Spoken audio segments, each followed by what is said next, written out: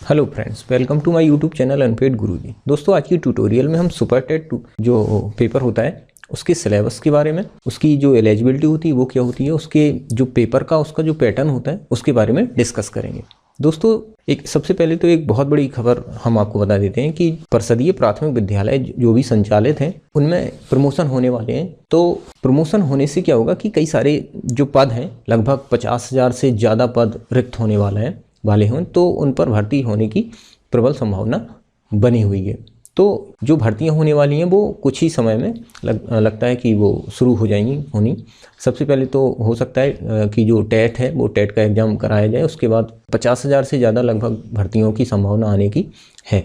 तो इसीलिए जितने भी कैंडिडेट हैं जो सी टेट या यूपी टेट या बीटीसी बीएड क्वालिफाइड हैं वो तैयारी में, सुपर टेट की तैयारी में जुट गए हैं। सुपर टेट का जो सिलेबस है उसी सिलेबस को लेकर हम यहाँ पर आए हैं कि कैसा सुपर टेट का एग्ज़ाम का पैटर्न रहता है, किस तरीके से पेपर आता है और कितने क्वेश्चंस उसमें पूछे जाते हैं। तो ये सब डिटेल हम आपको आज की वीडियो में बताने वाले हैं। चलिए दोस्तों, स्टार्ट करते हैं। सबसे पहले हम लोग देख लेते हैं कि शिक्षक चयन जो आधार होता है वो क्या होता है। होता क्या है कि जितने भी सरकारी परिषदीय प्राथमिक या उच्च प्राथमिक विद्यालय हैं उनमें क्या होता है कि जितने भी कैंडिडेट हैं वो बीटीसी बीएड क्वालिफाई होते हैं और वो यूपीटीईटी या फिर सीटेट क्वालिफाई होते हैं। ये मानक होता है, चयन का आधार होता है। तो होता क्या है कि जो भी सुपर टेट एक्चुअली में हम लोग नाम देते हैं। होता क्या है कि जो टेस्ट होता है टीचर रिक्रूटमेंट के लिए, यूपी के जितने भी गवर्नमेंट परिषदीय प्राथमिक या उच्च प्राथमिक विद्यालय हैं तो उनके लिए जो रिक्रूटमेंट टेस्ट होता है उसी को हम लोग सुपर टेट नाम दे देते हैं। परिषदीय प्राथमिक विद्यालयों के सहायक अध्यापक पदों पर जितनी भी भर्तियां होती हैं वो सुपर टेट जो कंडक्ट कराया जाता है उसकी मेरिट के आधार पर होता है, चयन उनका किया जाता है। अब देख लेते हैं कि उसका सिलेबस क्या होता है या उनका जो पेपर का पैटर्न होता है वो क्या होता है। सबसे पहले हम लोग देख लेते हैं कि जो परीक्षा का जो समय होता है वो 3 घंटे होता है। इसके अलावा प्रश्नों का जो प्रकार होता है, मतलब उसमें जो प्रश्न पूछे जाते हैं वो बहुविकल्पीय प्रश्न या मल्टी चॉइस क्वेश्चंस उसमें पूछे जाते हैं और प्रश्नों की जो संख्या होगी वो 150 होती है। 150 क्वेश्चंस उसमें पूछे जाते हैं। इसके अलावा जो टोटल मार्क्स होते हैं उसमें वो 150 पूर्णांक उसका पेपर का होता है। तो ये तो रहा कि पेपर का जो पैटर्न होता है वो किस तरीके का पैटर्न होता है। इसके अलावा पेपर में कोई भी नेगेटिव मार्किंग नहीं होती है। ये सबसे अच्छी बात होती है कि पेपर में कोई भी नेगेटिव मार्किंग नहीं होती है। एक्चुअल में पहले ये जो पेपर होता था वो परीक्षा नियामक प्राधिकारी जो होते हैं इलाहाबाद में, परीक्षा नियामक प्राधिकरण वो कराता था कंडक्ट। अब क्योंकि जैसे अभी कुछ दिशा निर्देश सरकार द्वारा जारी किए गए हैं कि एक नया आयोग शिक्षक चयन आयोग बनेगा, तो वो ये सब पेपर वो कराएंगे। तो हो सकता है कि आगे का जो पेपर का पैटर्न हो वो थोड़ा सा उसमें कुछ चेंजेस देखने को मिले। उसी के अकॉर्डिंग हम लोग थोड़ा सा देख लेते हैं कि उसमें कुछ जो प्रीवियस ईयर में जो दो भर्तियां आई थी 68,500 शिक्षक भर्ती और 69,000 शिक्षक भर्ती। तो उसमें जो जिस तरीके के क्वेश्चंस पूछे गए थे या कौन कौन से सब्जेक्ट्स उसमें इंक्लूड किए गए थे तो वो मैं आपको आज बताने वाला हूँ। तो हम लोग देखते हैं उसमें कौन कौन से सब्जेक्ट्स इंक्लूड किए जाते हैं और कितने मार्क्स के उसमें सब्जेक्ट पूछे जाते हैं। सबसे पहले हिंदी क्योंकि मेन सब्जेक्ट होता है, क्योंकि यूपी जो है वो हिंदी भाषाई क्षेत्र होता है, इस वजह से यहाँ पर हिंदी से 20 क्वेश्चंस पूछे जाते हैं और वो 20 मार्क्स के क्वेश्चन 20 नंबर के पूछे जाते हैं। इसके अलावा अंग्रेजी से 10 नंबर के क्वेश्चन पूछे जाते हैं। विज्ञान से 10 नंबर के क्वेश्चन पूछे जाते हैं। गणित से 20 नंबर के क्वेश्चन यहाँ पर पूछे जाते हैं। ये बहुत स्कोरिंग सब्जेक्ट होता है। अगर मैथ आपका अच्छा है तो आप सुपर टेट का जो पेपर होगा उसमें अच्छा स्कोर कर सकते हैं। इसके अलावा पर्यावरण एवं सामाजिक अध्ययन से 10 नंबर के क्वेश्चन इसमें पूछे जाते हैं। शिक्षण कौशल जो हम लोग टीचर ट्रेनिंग जो भी होती है बीटीसी या बीएड, उसमें जो हम लोग सब्जेक्ट्स पढ़ते हैं तो उसी से क्वेश्चन इसमें पूछे जाते हैं। तो वो 10 नंबर के क्वेश्चन इसमें पूछे जाते हैं। इसके अलावा बाल मनोविज्ञान चाइल्ड साइकोलॉजी जो होती है उसमें से 10 नंबर के क्वेश्चन इसमें पूछे जाते हैं। इसके अलावा देख लेते हैं समसामयिक घटनाएं या सामान्य ज्ञान, जिसे हम लोग करंट अफेयर या जीके वगैरह भी कहते हैं, तो इससे 30 नंबर के क्वेश्चन इसमें पूछे जाते हैं। ये बहुत ही महत्वपूर्ण पार्ट होता है इस पेपर का,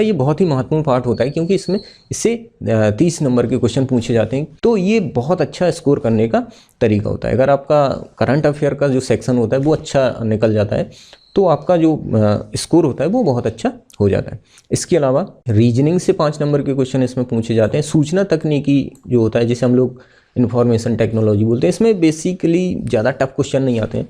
बेसिक क्वेश्चंस आते हैं कंप्यूटर से रिलेटेड, जनरली इसमें सॉफ्टवेयर हार्डवेयर वगैरह ये सब कुछ क्वेश्चंस इसमें पूछे जाते हैं। तो ये क्वेश्चन पूछे जाते हैं 5 नंबर के। इसके अलावा जीवन कौशल सब्जेक्ट्स से 10 नंबर के क्वेश्चन इसमें इंक्लूड किए गए हैं। एक्चुअली में पहले जो पेपर का पैटर्न आया था उसमें संस्कृत को इंक्लूड नहीं किया गया था, बाद में आगे चल के उसे संस्कृत को भी इंक्लूड कर दिया गया था। तो संस्कृत से इसमें 10 नंबर के क्वेश्चन पूछे जाते हैं। अब हम लोग देख लेते हैं कि एक सब्जेक्ट में कौन कौन से टॉपिक इसमें पूछे जाते हैं।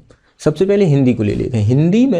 हिंदी में क्या होता है 20 नंबर के क्वेश्चन पूछे जाते हैं और उसमें क्या होता है मोस्टली जो होती है वो व्याकरण और अपठन जो गद्यांश या पद्यांश होते हैं उनसे क्वेश्चन पूछे जाते हैं, जो पैसेज वगैरह होते हैं उनसे क्वेश्चन आते हैं। तो ये 20 नंबर के क्वेश्चन इसमें आते हैं। बेसिक जो हिंदी होती है वही आती है जो आप लोग बीएड या बीटीसी में पढ़ के आए हैं, वहीं से क्वेश्चन इसमें जनरेट होते हैं। इसके अलावा जो इंग्लिश आती है उसमें भी ग्रामर और जो कॉम्प्रिहेंशन होते हैं वो आते हैं, इसमें भी पैसेज से आते हैं क्वेश्चन। इसमें 10 नंबर के क्वेश्चन आते हैं इंग्लिश से, 5 नंबर के पैसेज से क्वेश्चन आते हैं और 5 नंबर की ग्रामर इसमें पूछी जाती है। इसके अलावा विज्ञान में देख लेते हैं। विज्ञान भी 10 नंबर की आती है। विज्ञान में भी जो आप लोग ट्रेनिंग में पढ़ के आए हैं, टीचर ट्रेनिंग जो आपने की है बीएड या बीटीसी, उसमें जो बेसिक विज्ञान के कॉन्सेप्ट्स होते हैं उन्हीं से क्वेश्चन जनरेट होते हैं। जैसे दैनिक जीवन में विज्ञान, गति, बल, ऊर्जा, दूरी, प्रकाश, ध्वनि, जीवों की दुनिया, मानव शरीर, स्वच्छता एवं पोषण, पर्यावरण एवं प्राकृतिक संसाधन, पदार्थ की अवस्थाएं, अम्ल, क्षार एवं धातुएं। तो इनसे क्वेश्चंस ये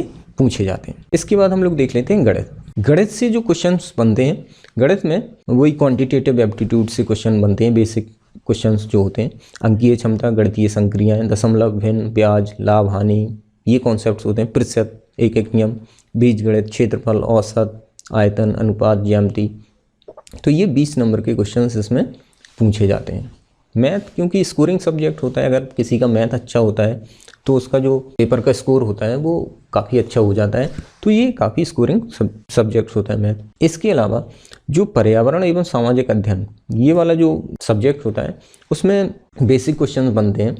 जो हम लोग जियोग्राफी वगैरह पढ़ते हैं उससे क्वेश्चंस बनते हैं, जैसे पृथ्वी की संरचना, नदियाँ, पर्वत, महाद्वीप, महासागर, प्राकृतिक संपदा, अक्षांश एवं देशांतर रेखाएं, सौर मंडल, भारतीय भूगोल, भारतीय स्वतंत्रता संग्राम, भारतीय समाज सुधारक, भारतीय संविधान, हमारी शासन व्यवस्था, यातायात एवं सड़क सुरक्षा, भारतीय अर्थव्यवस्था, पर्यावरण संरक्षण, प्राकृतिक आपदा प्रबंधन। तो ये कुछ क्वेश्चंस बनते हैं इस तरीके से।